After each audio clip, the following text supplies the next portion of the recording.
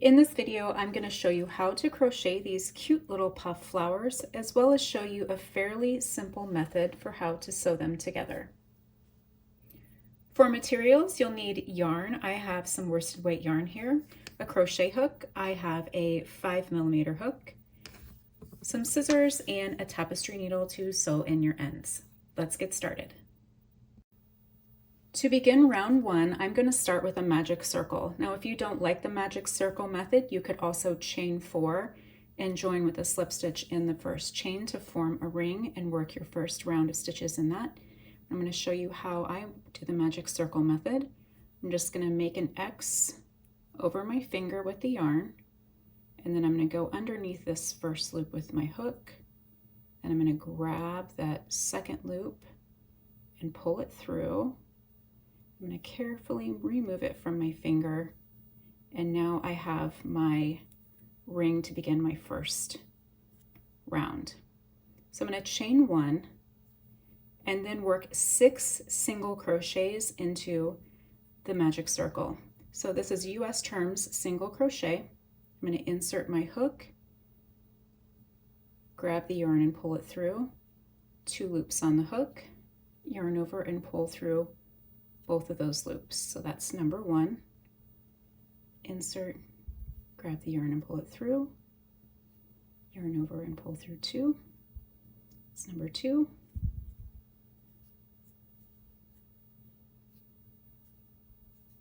Here's number 3, 4,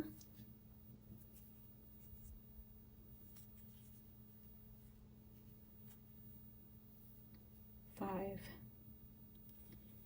and 6. I'm just going to give my magic circle a little cinch, pull it tight, and then we're going to slip stitch into the first single crochet. So I'm going to count back 1, 2, 3, 4, 5, 6. So we're going to go underneath both of those loops of that single crochet there, yarn over and pull through the single crochet, and then pull through my loop on the hook. And now we finished round 1. For round 2, I'm going to chain 2, and this is going to give me the height of my petal. So we're going to be doing a 5 yarn over puff stitch into this first stitch, the one that we just did our slip stitch into. So I'm going to yarn over, insert my hook into that stitch, grab the yarn and pull it through. I'm going to pull it up really nice and tall. You want it to be about the same height as your chain stitch over here. We're going to do that 4 more times. So yarn over, insert back into that stitch, grab the yarn and pull it up really tall. Grab the yarn and pull it up nice and tall. There's number 3.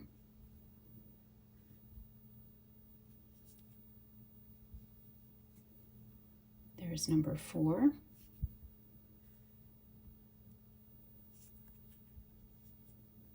And number 5. So if you count all of these loops, you should have 11 loops on the hook. Yarn over, pull through all 11 of those loops very, very carefully, trying not to drop them, and then chain 1 to close the top of your puff. Then I'm going to chain 2 to work back down the other side of my puff stitch, and I'm going to join in that next single crochet, not the one that we just worked in, but the next single crochet right here. I'm going to join in that stitch with a slip stitch. And then we're going to start that all over again.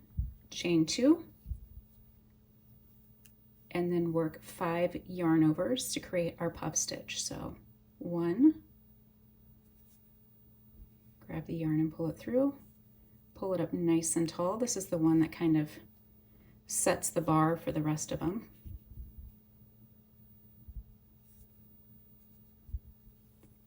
2,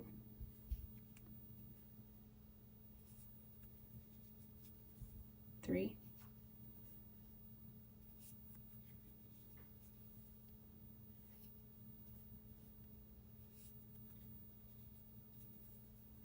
4, So I'm going to yarn over after I have my 11 loops on the hook, pull through all 11 of those loops, chain 1 to close the top of the puff, and then once again chain 2 to go back down the other side of the puff. We're going to insert right in that next single crochet, grab the yarn and pull it through to create a slip stitch. It just kind of anchors the one side of the puff down. So you're going to anchor it and then start a new one in the same spot. So chain 2, pull up a long loop, it's 2, I'm running out of yarn here.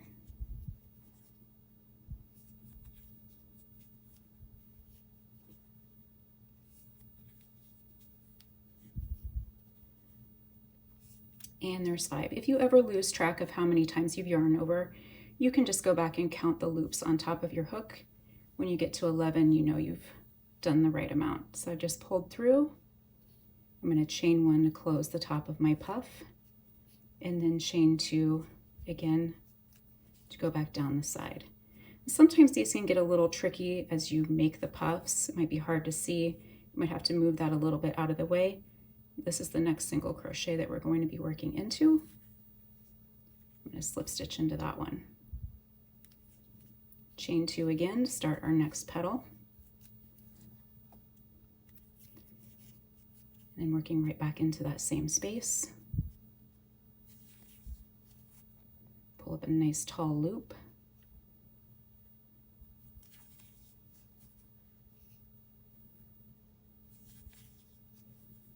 There's 3.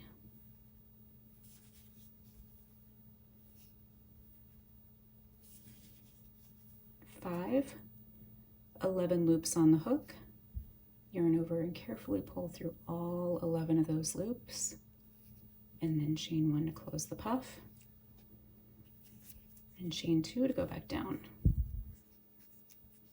So we're anchoring it in that next stitch. So you might have to once again move it off to the side. Be working in this next stitch right here. Insert and do a slip stitch. Chain 2 and puff right back in the same stitch. Long loop. 2, 3,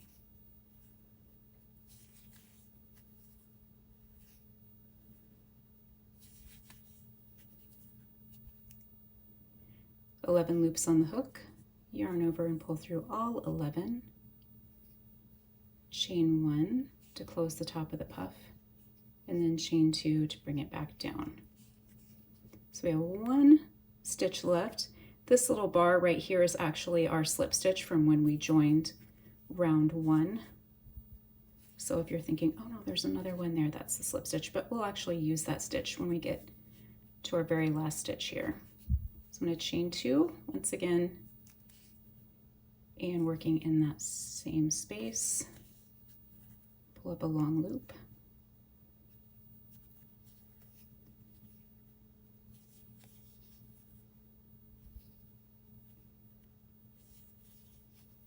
Three, 4, and 5.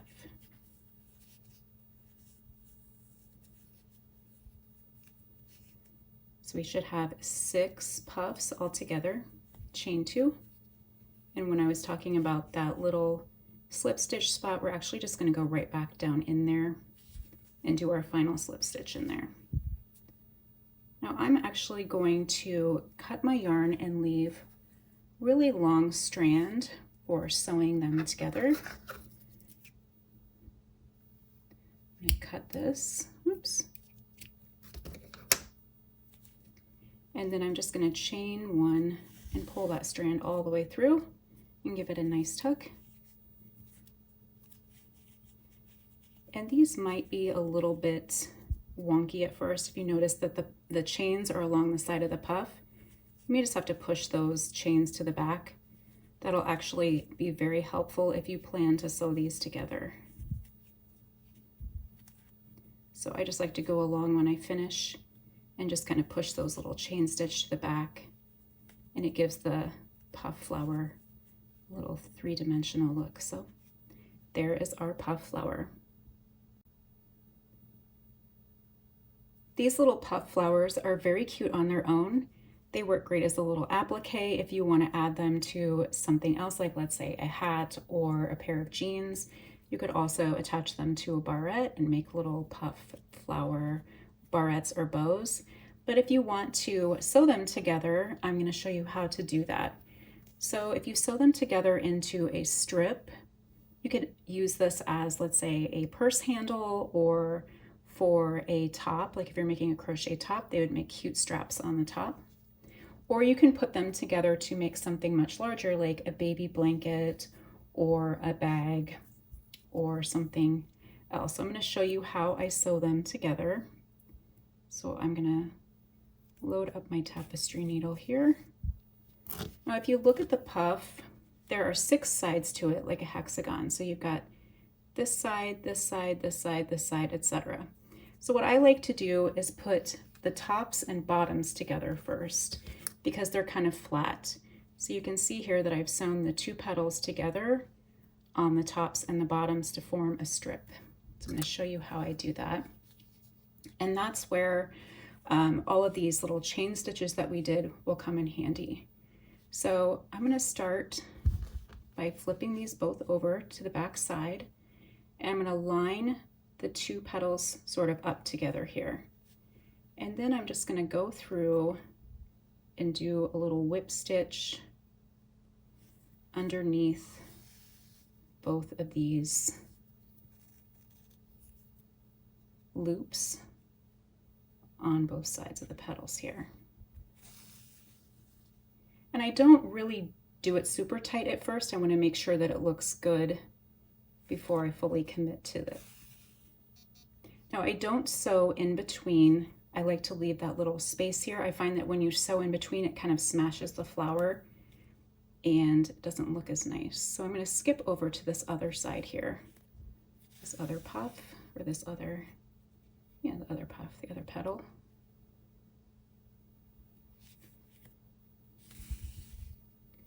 And I kind of like to do about 3 stitches on each petal just to make sure that it's nice and secure.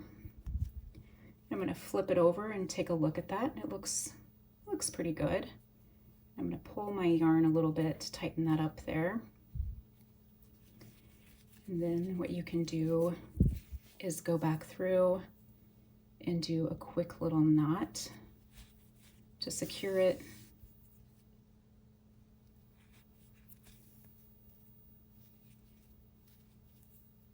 And then hide your ends. Now you could also use a crochet hook and some yarn and slip stitch them together if you want to do a whole bunch of them all at once. However, I just kind of like to do them one at a time as I'm working on them. Kind of keeps all of the sewing out of the way, and then you can put all of the colors that you want to next to each other. So you see I have one strip here where they're all kind of lined up on top of each other. If I wanted to connect these, I would just make another strip just like this, and then kind of put them in between each other like this. So then I would sew these 2 petals together, and those 2 petals, these 2 and these 2, and kind of work back and forth and do a zigzag putting them together. And that's how you would put them all together if you're making something larger like a blanket or something bigger. It will leave you with kind of a staggering at the top, but it's still pretty cute.